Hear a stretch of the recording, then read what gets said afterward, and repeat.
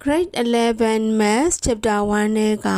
Synthetic Division အကြောင်းကိုဒီရှင်းမှာဖြစ်ပါတယ်เนาะဒီ Synthetic Division ကတော့ကျတို့ရဲ့ဒီသင်ရိုးသစ်သင်ခန်းစာထဲမှာပါလာတယ်ဒီသင်ခန်းစာဒီကလေးတစ်ခုဖြစ်ပါတယ်သူကလည်းဒီကျတို့ကိန်းဂဏန်းစာနည်းလေးတစ်ခုပါပဲเนาะ Long Division မှာအဖြစ်ရှာသလိုပဲ Synthetic Division မှာလည်းစာလတ်တွေအကျွင်းတွေကိုဒီကျတို့ဒီစာနီးအတူစာနီးလေးပေါ့နော်အဲ့ဒါလေးနဲ့အဖြေရှာလို့ရတယ်ပေါ့နော်ဒီသင်ခန်းစာလေးကိုချက်ရှင်းပါမယ်မင်္ဂလာပါဒီချက်ကတော့အထက်တန်းသင်ကြားရဲ့သင်ခန်းစာတွေကို theory ကအစရှင်းရှင်းလင်းလင်းသိအောင်ရှင်းပြပေးနေတဲ့ဒီချက်တွေဖြစ်ပါတယ်သင်ခန်းစာလေးရှင်းတာလေးကိုကြည့်ရအောင်နော် synthetic division ဆိုတာကတော့အစားမှာရှိတဲ့နောက်တစ်နည်းကိုပြောတာဖြစ်တယ်သူကတော့ polynomial gain ကိုစားတဲ့အခါမှာသူ့ရဲ့စားကိန်းက x minus k ဆိုတဲ့ပုံစံလေးနဲ့ပဲစားမှာဖြစ်တယ်ဒီနေရာမှာ k က constant အနေနဲ့ပေါ့နော်ဆိုတော့ဒီစားနည်းလေးဒီတခြားတို့အရှိစားနည်းမှာရှိနေတဲ့တွက်နည်းအဆင့်တွေကိုလျှော့ချတဲ့ပုံစံလေးဖြစ်ပါတယ်ဆိုတော့ဒီစားနည်းလေးကပို့ပြီးတော့တိုးတယ်ပေါ့နော်အဲ့ဒီသဘောပါပဲဆိုတော့ဒီမှာဆိုရင်တော့ဒီ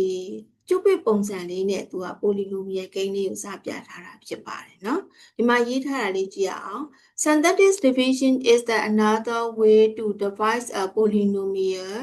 by the divisors of the form x minus k where k is a constant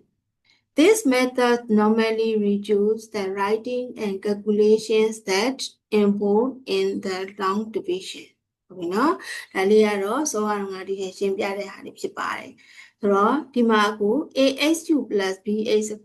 + cx + d ဆိုတဲ့ဒီ polynomial gain လေးကို x - k လေးနဲ့စားမယ်ပေါ့နော်အဲ့ဒါကို synthetic division နဲ့ဒီချက်တို့ကရှင်းမယ်ဆိုရင်เนาะဒီသူ့ရဲ့မြောက်လက်ကလေးကိုပဲယူမှာဖြစ်တဲ့ a b c d ဆိုတဲ့မြောက်လက်ကလေးကိုယူလိုက်မယ် x - k ဆိုတဲ့ပုံစံတွေကချက်တို့ k လေးကိုယူလိုက်တယ်ပြီးတော့မှ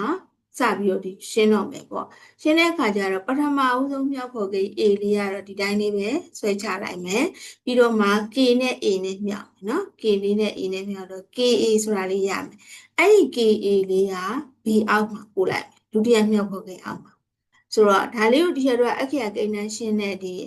လက္ခဏာတူရင်ပေါင်းမယ်လက္ခဏာမတူရင်နှုတ်မယ်ဆိုတဲ့เนาะဒီနည်းလေးနဲ့ဒီချက်တို့ရှင်းလိုက်တော့ဒီမှာတန်ဖိုးလေးတစ်ခုရလာမယ်ရလာတာကိုဆိုပါစို့ဒီချက်က e လို့သတ်မှတ်လိုက်တယ်เนาะဒါဆိုရင်ဒီသူနဲ့တခါဒီဘက်က k နဲ့တခါထပ်မြောက်မယ် ke ဆိုတာကိုရအဲ့ဒီ ke ကိုကျတော့ဘယ်အောက်ပို့လိုက်မလဲဆို c အောက်ကိုပို့လိုက်မယ် ke သူလည်းဒီလိုပဲလက္ခဏာလေးတွေအရာကျတော့ရှင်းလိုက်တယ်ပေါ့เนาะရှင်းလိုက်တော့သူ့ရဲ့တန်ဖိုးက f ရမယ်ဆိုတော့အဲ့ဆိုရင်ကျတော့ k နဲ့တခါထပ်မြောက်เนาะဒီဘက်က k နဲ့ပဲ kf ဆိုတာရအဲ့ kf ကို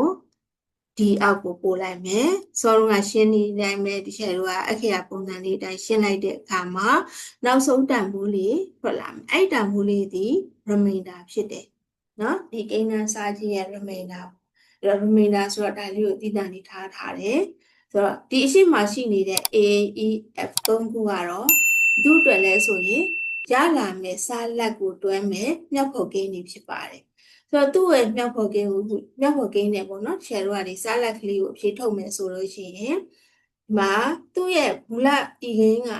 နော် degree 3နဲ့ရေးထားတာဖြစ်တယ်အခုစားလက်ကじゃ degree 2နဲ့ဖြစ်မှာပေါ့နော်ဒါကြောင့်မလို့ ax² +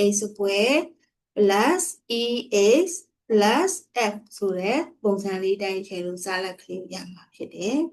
နော်အဲ့တော့ abcd ကမူလကိန်းတန်းရဲ့မြောက်ဖို့ကိန်းဖြစ်မယ်